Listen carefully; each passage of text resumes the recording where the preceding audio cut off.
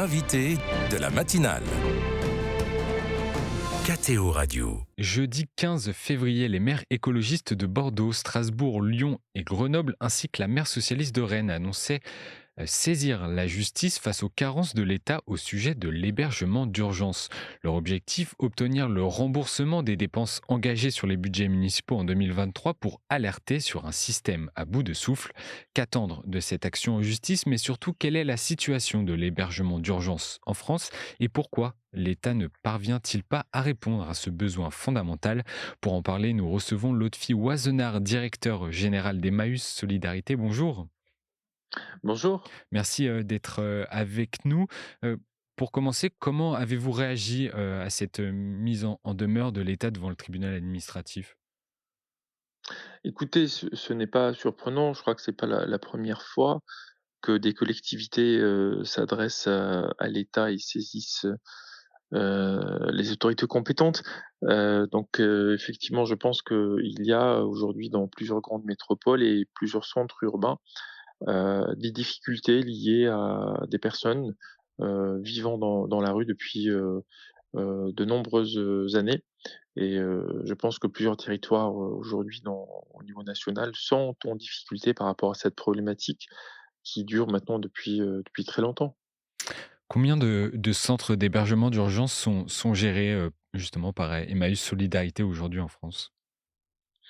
Écoutez, Emmaüs Solidarité est une belle association créée par l'abbé Pierre en 1954 suite, à l'appel du 1er février. L'association en 2024 gère actuellement, 7 000 personnes accompagne pardon, 7 000 personnes, quotidiennement, des hommes, des femmes, des enfants de plus en plus malheureusement, à travers, 122 services, essentiellement des centres d'hébergement d'urgence ou de réinsertion sociale. Nous avons également des maraudes qui font de l'aller vers, qui vont vers des personnes qui n'expriment plus aucune demande. Et également, nous avons une dizaine d'accueils de jour, des haltes de nuit et aussi le volet logement qu'il ne faut pas oublier puisque l'hébergement d'urgence, comme vous le savez, n'a de sens que s'il est suivi par des structures de Mmh. logement et nous en gérons 21 pensions de famille. Et malheureusement, on voit que l'activité, s'agrandit, d'année en année. Est-ce que vous arrivez à répondre à toutes les demandes d'hébergement, d'urgence? Quelle est la réalité, dans les Absolument centres que pas, vous gérez? absolument pas. Tous les jours, malheureusement, on est obligé de refuser du monde puisque il y a plus de demandes que d'offres existantes et nous, ce qui nous frappe, on constate vraiment trois éléments.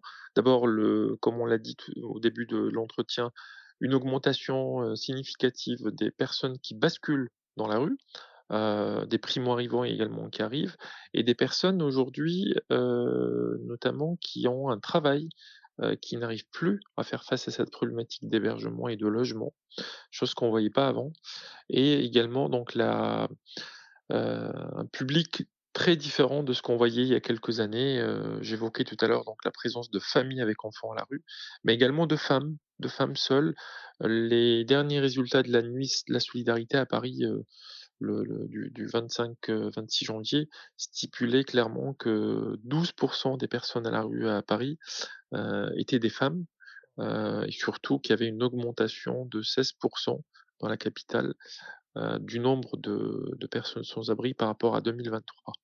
Et quelle est la conséquence pour une personne qui justement appelle le 115 qui est un service, saturé? Quelle est la conséquence pour elle quand elle n'arrive pas à avoir d'hébergement d'urgence?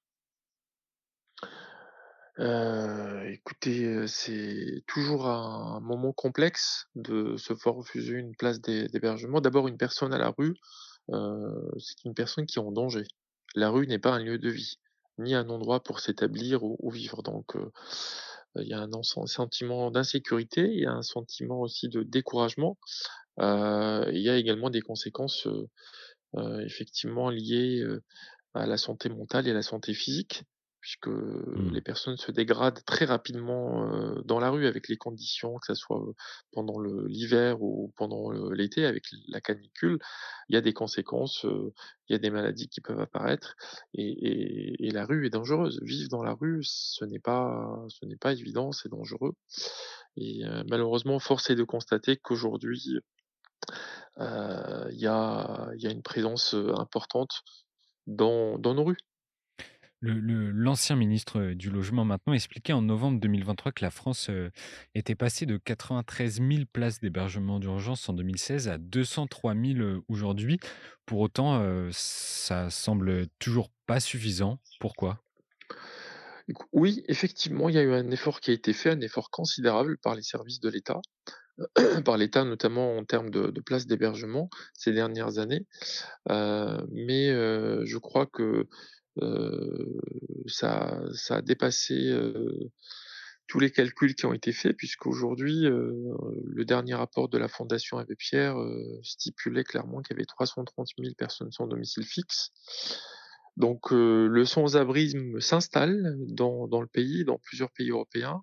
Hem, il y a des gens qui basculent, d'une manière très rapide dans la grande précarité. On l'a vu notamment avec, l'arrivée du Covid et post-Covid, puisqu'il y a des gens qui ont perdu leur emploi, leur entreprise. Et vous savez, nous, ce qu'on voit à travers les 7 000 personnes qu'on accueille, hem, les gens ne sont pas nés dans la rue, donc ils étaient quelque part. Ils avaient déjà un toit, un travail, mais il suffit, d'un divorce, d'une perte d'emploi, d'une addiction, qui apparaît pour que les personnes, basculent dans la rue et c'est ce qu'on voit aujourd'hui, dans nos accueils de jour qui accueillent tous les jours des hommes et des femmes en recherche de solutions. Et on est loin de la promesse du zéro, sans-abri dans les rues, faite par, le président de la République Emmanuel Macron en 2017. On en est très loin. Non, le compte n'y est pas, il y a toujours des personnes, à la rue. C'est un phénomène difficile, hein, et vraiment il suffit pas d'une baguette magique pour résoudre le problème. C'est un travail de longue haleine qui nécessite une vraie, coordination, au niveau national entre, les services de l'État, les collectivités, les associations gestionnaires, si vous voulez, c'est un travail de longue haleine sur de nombreuses années, hein, et le sujet, il peut être géré qu'avec une vision structurelle et non conjoncturelle sur le long terme pour essayer d'éradiquer cette pauvreté qui s'enracine malheureusement dans le pays. Vous en parliez en début d'interview, c'est le conseil départemental du Puy-de-Dôme qui a déjà déposé un recours de ce type, en sortant gagnant en 2022, l'État devant lui rembourser, les sommes engagées. Une nouvelle condamnation, à une échelle plus élevée, comme celle, de l'action en justice, déposée par les 5 métropoles françaises. Cette action à une échelle plus élevée, est-ce qu'elle obligerait l'État, à une action, concentré à une échelle nationale à voilà, à tout simplement devoir agir vraiment? Je ne sais pas, honnêtement, je ne sais pas, moi je veux dire, j'ai pas envie de rentrer dans les conflits entre les collectivités et l'État, chaque collectivité, fait ce qu'elle a à faire.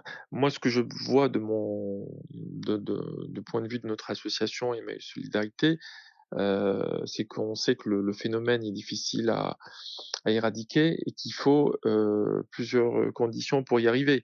La première question, c'est vraiment déjà d'abord changer, le regard. Aujourd'hui, je pense qu'il faut, s'attaquer, à la racine du problème et expliquer que, d'abord que la grande pauvreté, c'est quelque chose en fait qui est importante à éradiquer parce qu'une société ne peut pas laisser une partie de sa société et de sa population lui échapper et s'enfoncer dans la pauvreté. Il faut tendre la main et avoir un discours vraiment fédérateur et qui rassemble.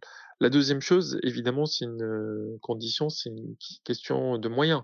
Aujourd'hui, il y a besoin de places d'hébergement, même s'il y a 203 000 places, il y a encore besoin malheureusement d'augmenter le nombre de places, mais pas que.